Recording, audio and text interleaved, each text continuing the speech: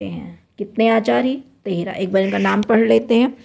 राणायन, सात्यमुग्री व्यास, Bhaguri ओलुंडी, गौलमुलि, Bhanuman, ओपमन्यु, Gemini.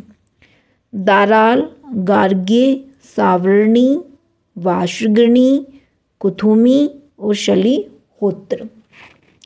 कौतुम शाखा संपूर्ण भारत में प्रचलित है। इसकी 2 पद्धति हैं गाने की, वो भी किस पे? उच्चारण वेद पर। किसके आधारित? उच्चारण के आधार पर, नागर और भद्र। ठीक है, एक मिनट देखें, नहीं सॉरी, भद्र नहीं, मद्र है। क्या है ये? मद्र।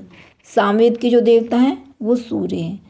ग्राम के गान, अरण्य गान, प्रकृति गान में आते हैं। किस में आते हैं ये? ग्राम के गान और अरण्य गान किस में? प्रकृति गान। गान में 3 साम है। आवही, संज्ञक, साम, यानी ऋचाओं को पदों में गाते हैं।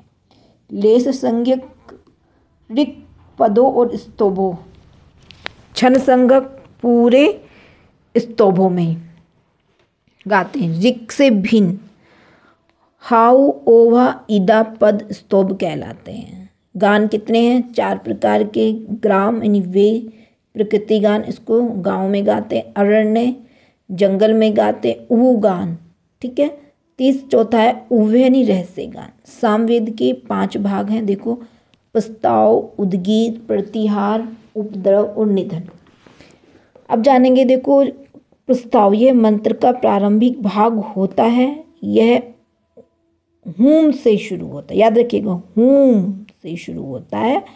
और उद्गीत इसको जो गाता है ऋत्विक को प्रस्तोता कहलाता है। और यह ओम से, देखो इसको याद रखना, ऊ से है तो नहीं, सीधा ओम, ठीक है। ओम से शुरू होता है और उद्गाता इसको गाता है। प्रतिहार 2 को जोड़ने वाला, इसलिए इसको क्या कहेंगे? प्रतिहर्ता गाता है इसको। उपद्रव यानी कि उद्गाता गाता है। निधन, इसमें मंत्र के 2 पदांश या ओम होते हैं। इसको प्रस्तोता, उद्गाता, प्रतिहर्ता गाते, यानी कि 3 लोग गाते हैं, प्रस्तोता, उद्गाता और प्रतिहर्ता। जैसे कहेंगे, ये था, अग्न आए ही वित्ते गृणाणो, हव्य दात्ये नी होता सतीश ब्रह्मर्षि। सामवेद के पद पठकार कौन है? गार्गी। अब लास्ट पे हमारा अथर्ववेद। तो अथर्ववेद के जो पुरोहित हैं भाई ब्रह्मा हैं। इसके बहुत सारे नाम हैं अथर्ववेद के। भृंगवंगिरा वेद, अर्थवंगिरा वेद, भिषग्वेद, क्षत्रवेद और ब्रह्मवेद। और सबसे प्राचीन नाम क्या है? अथर्वा अंगिरस। इसके देवता कौन है? सोम और आचार्य सुमंतु। पतंजलि ने इसकी 9 शाखाएं बताई हैं अपने ग्रंथ महाभाष्य में। नवधा अध्वर्णो वेदाः, पिप्लाद, स्तोद, मोद, शोनकी, जाजल, जलद, ब्रह्मवेद, देवदर्श, चारणवेद, ठीक है। और लेकिन जो हमें प्राप्त मिलती हैं 2 शाखाएं मिलती हैं, कौन से? पिप्लाद और शोनकी। तो पिप्लाद और शोनकी 2 शाखाएं मिलती हैं। और इसका भी अब विभाजन देखो कि इन्होंने कैसे किया है। तो वेद का 20 कांड है, 34 प्रपाठक, 111 अनुवाद, याद रखिएगा 111, 739 सूक्त, 5839 मंत्र हैं। और बलदेव उपाध्याय कहते हैं कि 20 कांड हैं और 731 सूक्त, कितने? 701, और मंत्र 5987। अंगिरस वेद।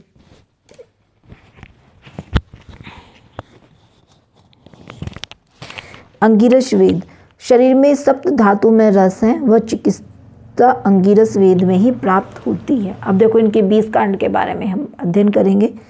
पहले से लेके 13 कांड तक, यानी कि प्रथम से त्रयोदश कांड तक चारण, मरण, उच्चाटन इत्यादि का वर्णन हुआ है।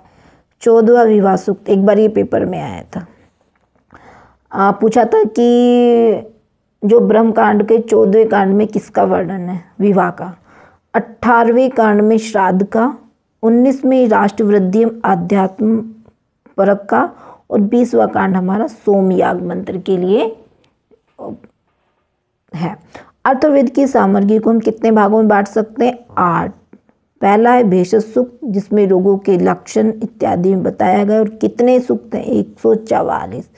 दूसरा आयुष्य सूक्त, दीर्घायु रक्षा सूक्त इत्यादि का वर्णन। फिर है पौष्टिक सूक्त, कृषि कर्म, गृह निर्माण, व्यापार से संबंध, वृष्टि सूक्त इत्यादि का वर्णन प्राप्त होता है। पौष्टिक मतलब जो भी चीज़ें हमें लाभ दें।